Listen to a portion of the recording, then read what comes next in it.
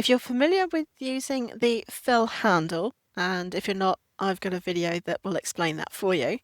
You're used to left clicking and dragging to make it work. But what happens if you right click?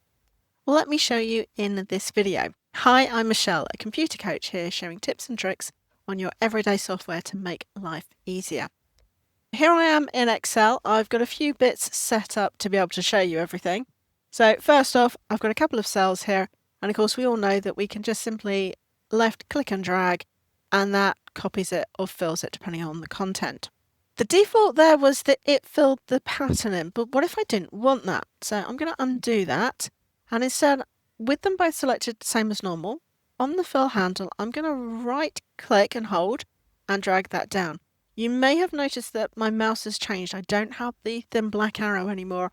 I've got the normal white arrow head. And that's what it does, so don't worry.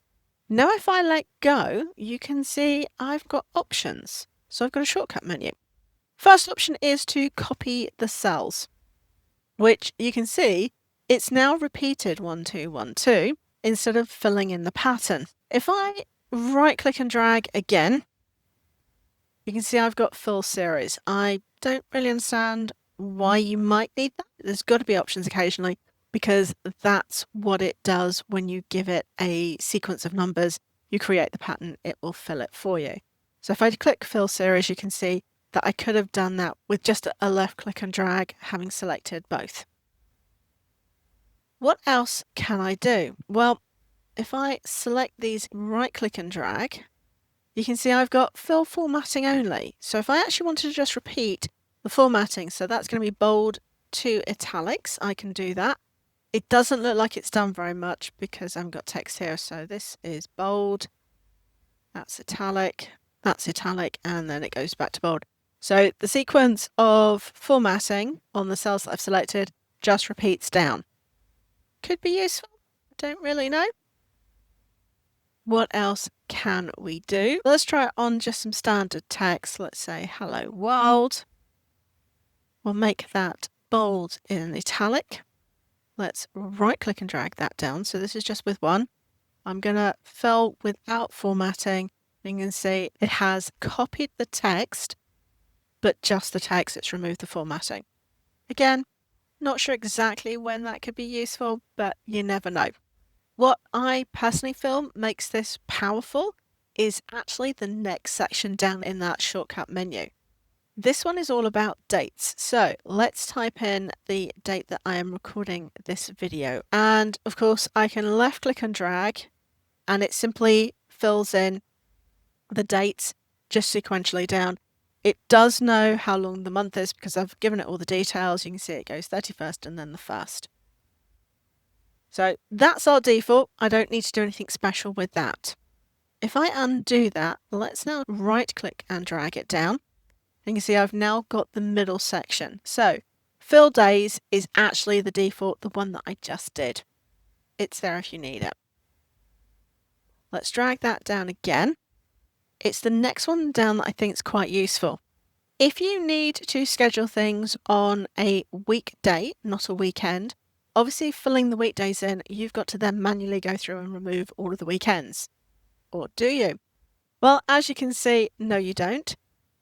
All you do is just click fill weekdays, and you can see that it now goes through.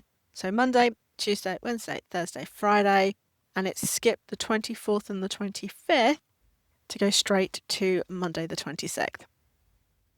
If you need to organise something that happens on weekdays only, I think that's actually a really useful, and it's so quick option, and you don't have to worry about when the weekends are. So let's undo that. What else can we do? Well, there's two more options. I can fill the months. If I choose that, you can see it's given me the 18th of every date. I'm a little bit interested. If I do the 31st of the 1st, 26, of course not all the months have the 31st. What happens if I fill months? Oh, that's interesting. So it's actually given me the last day of every month, depending on what the month is. So the 28th of Feb, 31st of March, the 30th of April. That's kind of interesting and could be quite useful. The other option, if I type the day in again, and right click and drag that down, is then to fill years. So it'll give me the 1st of January. Starting this year, it'll give me the same date on every year. Again, if that's something that is useful for you, it's right there for you to use and you don't have to work very hard to do it. The last grouping are ones that you might not use very often, but it's useful to be aware of them. So I've got 2 numbers again selected. Let's right click and drag. And it gives me linear trend. Now, this linear trend simply means the next number. So you can see in this example, it's just giving me the numbers down to 21. The trend is always going to be based on the 2 numbers that you give it. So let's click and drag again. And now I've got growth trend. When I choose that, what it's doing is it's actually multiplying the number every time. So 1 plus 1 is 2, 2 plus 2 is 4, 4 plus 4 is 8, 16, 32. If anybody's interested, that's the numbers for binary as well. So let's try it with 2 more random numbers. I've chosen 3 and 9. Let's drag that down. Growth trend. So 3 times 9 is 27, and 9 times 27 should be 81. 27 times 81 is 243. So basically it's just multiplying the number with the next one, which is obviously why you need at least 2. We've also got, as I right click, we've got flash fill. Flash fill is actually really rather cool. Flash fill, if you give it a sequence, can then fill it in. So duck equals. I've just typed in the 2 names. If I now do a flash fill, it can pick up the sequence that I've done, which is the 2 names. It's copied it down for me. So you can see it's not a formula, but it will flash fill if you give it a pattern that it can copy. It can be quite useful depending on your requirements. So the last option we've got, if I type in 2 numbers again and select them, right click and drag down, it says series, and what it's now saying is, what do I actually want to do? And you can see through here, the default is columns, but you can see it's actually got rows as well. Do be careful about working in rows because they're not as easy to see as the columns as you go across. If I right click and drag with a single number and then fill series, I can now choose what I want. It's going to be 2 and I want to stop it at 24.